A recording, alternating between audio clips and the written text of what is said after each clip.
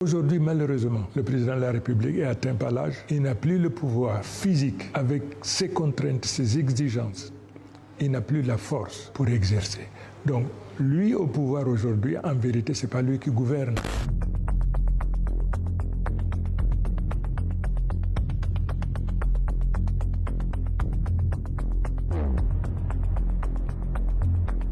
On s'aperçoit que, par exemple, durant les 14 dernières années, le chef de l'État qui préside aux destinées de notre nation, qui veille à ce que toutes les institutions se déroulent normalement, n'a pas organisé un seul conseil de ministres. La deuxième observation, le président de la République nous donne l'impression d'être distant. C'est à croire que le pouvoir a cessé de lui procurer le plaisir, l'honneur de présider aux destinées de notre nation.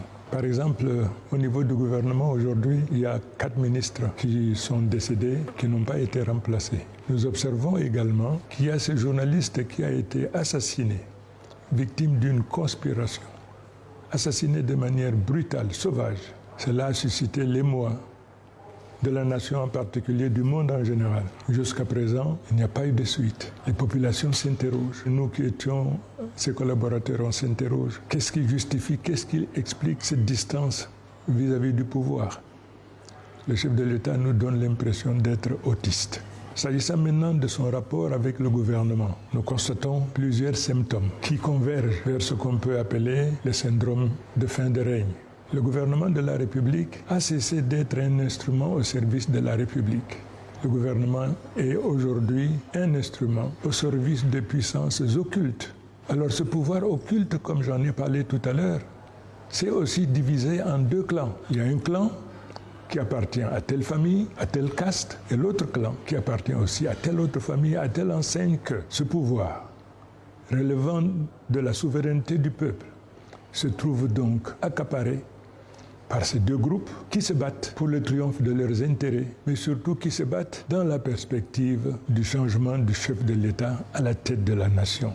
J'avais pris la décision de l'accompagner jusqu'à la fin de sa carrière.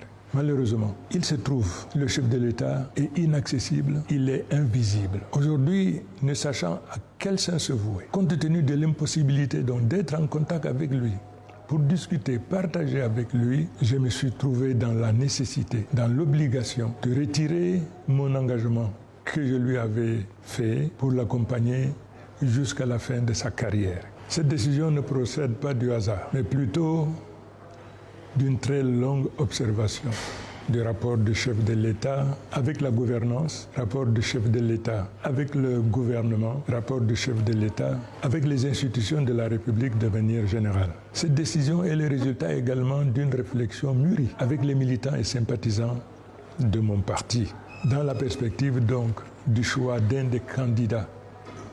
Et à chaque fois que j'ai posé le problème de tous les candidats en compétition sur qui j'étais dévolu, invariablement, en 2011 comme en 2018, ils ont toujours jeté leur choix sur le président Biya. Cependant, en 2025, je reprends le même exercice. Ces mêmes militants hier, qui spontanément étaient prêts à annoncer leur adhésion à la politique du président Biya, cette fois-ci, m'ont posé une fin de non-recevoir.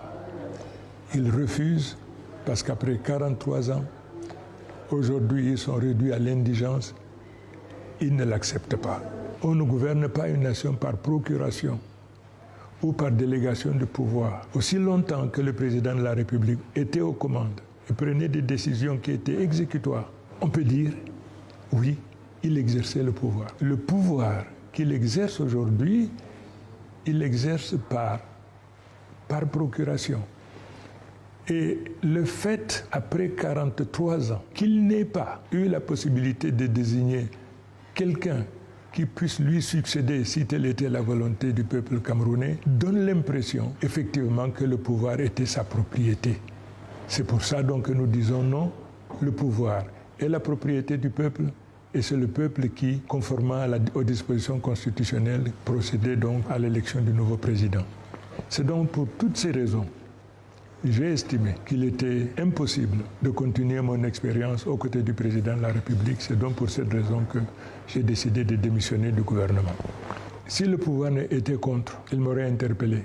Jusqu'à présent, je ne fais pas l'objet d'une interpellation. Ça veut dire que ça a été acté. La seule chose qui ne changera jamais dans l'existence, c'est que tout change. Mais je n'innove pas. On ne reste pas fidèle à l'incompréhensible, à l'inacceptable. Les Camerounais veulent le changement. Et ce changement prescrit à tous les Camerounais de manière générale, et ces deux partis politiques en particulier. Il faut qu'on se souvienne que l'immense majorité des Camerounais aspirent au changement. Il faudrait donc que les dirigeants de chaque parti politique, individuellement, fassent d'abord leur mieux, leur aggiornamento, ensuite comprennent la nécessité de construire des passerelles pour que les uns aillent vers les autres, afin que nous puissions mettre ensemble effectivement une dynamique et que nous puissions trouver éventuellement un seul candidat que nous présenterions contre le président du RDPC.